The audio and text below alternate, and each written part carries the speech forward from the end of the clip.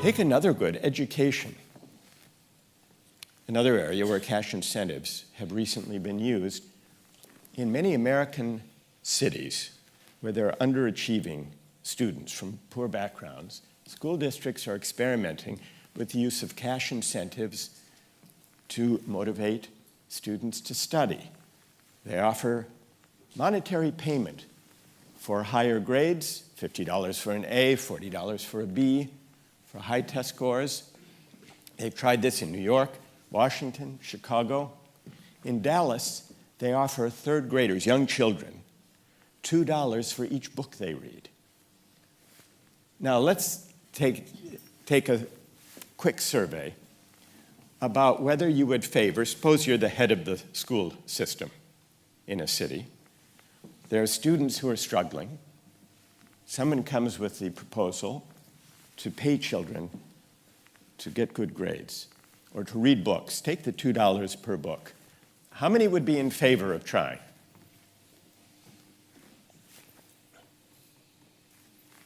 And how many would be opposed? This time it's more evenly divided, though I noticed a few people didn't vote. Let's hear from those who object first. Why would you object?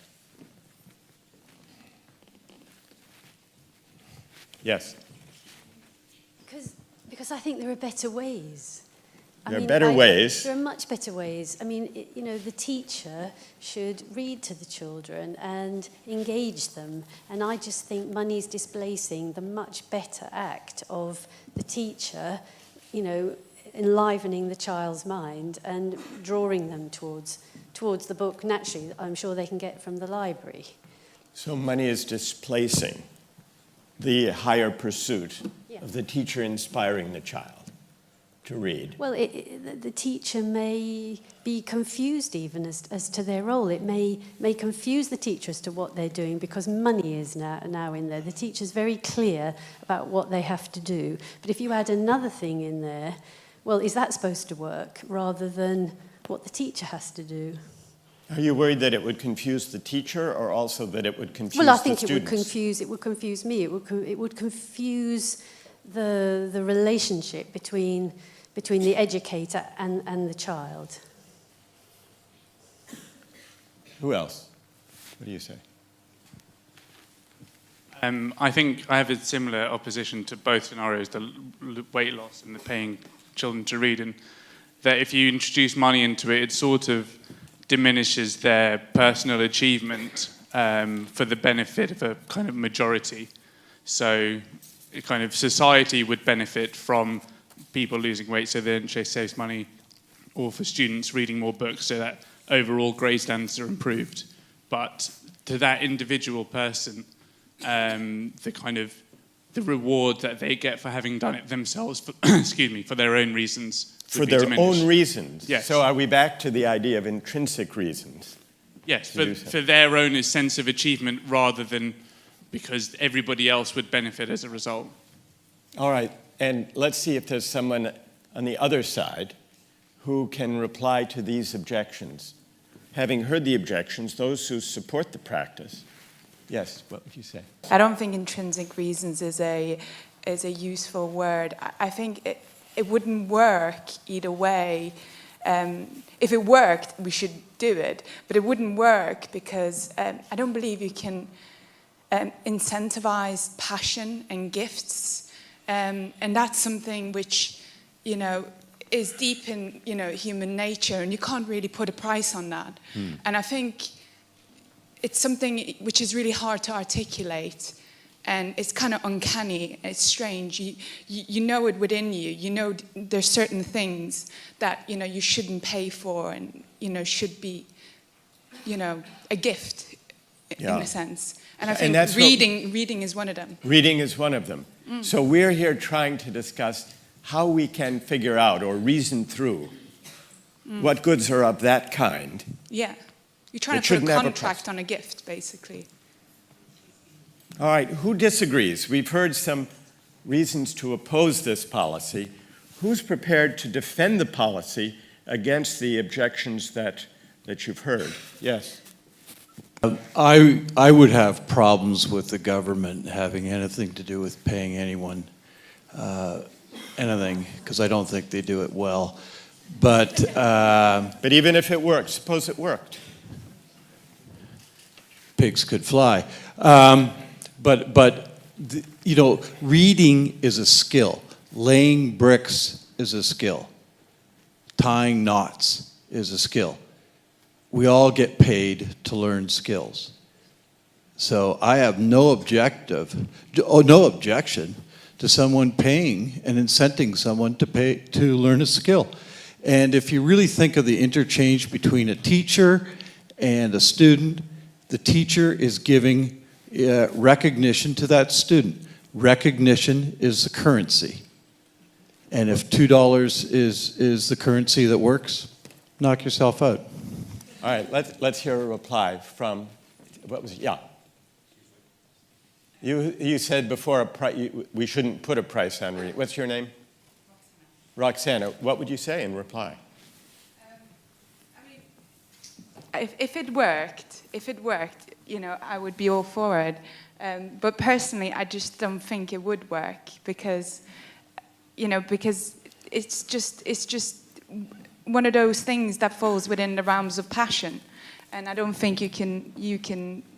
If it worked, I would be all for it. If I could give my kid if I had children, and if I could give them £2 and they would read, Tolstoy, I would pay them every single day. I think. Wait, Roxanne. I think Tolstoy would require more than £2. Probably. But if I could, I would do it. But I All don't. of War and Peace? Yeah. Yeah. Yeah. Okay. Yes. I'm surprised that people think it doesn't work. I think I'm aware, and I think most of us are aware of a few schools, not in this continent, but in other continents, that actually incentivize children to come to school by giving them food.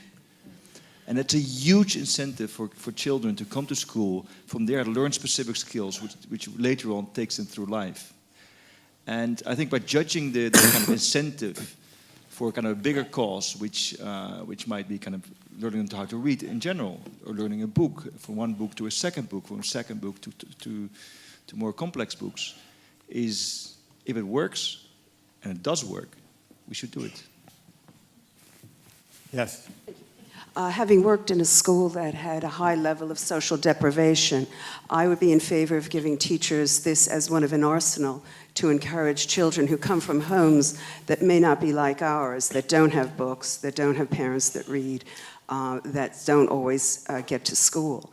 And if this is something that can help a teacher reach children, I would include it in the arsenal of tools that they need to make this good happen. All right. I want to step back from these two debates, and thank you for all of those who have joined in the second round, to notice two features of the arguments we've heard. One way of addressing these questions is to say, well, will it work? And people have different views about whether or not it will work. But the argument is the test of whether it's appropriate is whether it will work. And then there's another line of argument we've heard that says whether it will work is not the only question. There's also the question of making value judgments, drawing on Alistair's phrase, about intrinsic goods, about goods that should not be priced, about manipulating people to do the right thing for the wrong reason, about teaching the wrong lesson. So the objections of principle have to do with the worry that in cases like health and education, monetary incentives may crowd out or corrupt non-monetary, intrinsic goods worth caring about. I should mention the results, so far at least, of these experiments. In New York City, the paying children for getting good grades had no effect on improving the grades. In Dallas, though, the $2 for each book did lead the young students to read more books. It also led them to read shorter books. But the larger question is what will become of these students when they're not being paid? Will the reading continue? Will the habit take? That's the idea of adding to the arsenal. Or will the wrong habit have been inculcated, namely, the idea that reading is for the sake of making money? A friend of mine pays his young children $1 for each thank you note they write. I've received some of these thank you notes. And I can tell by reading them that they were written under duress. My wife and I look askance at this policy, and we wonder how these kids will turn out. The hopeful scenario is that by writing thank you notes for pay, they'll get in the habit of writing thank you notes. They will eventually absorb the real reason for writing thank you notes, so that when they're no longer being paid, they'll carry on writing them, and they will learn the virtue of gratitude.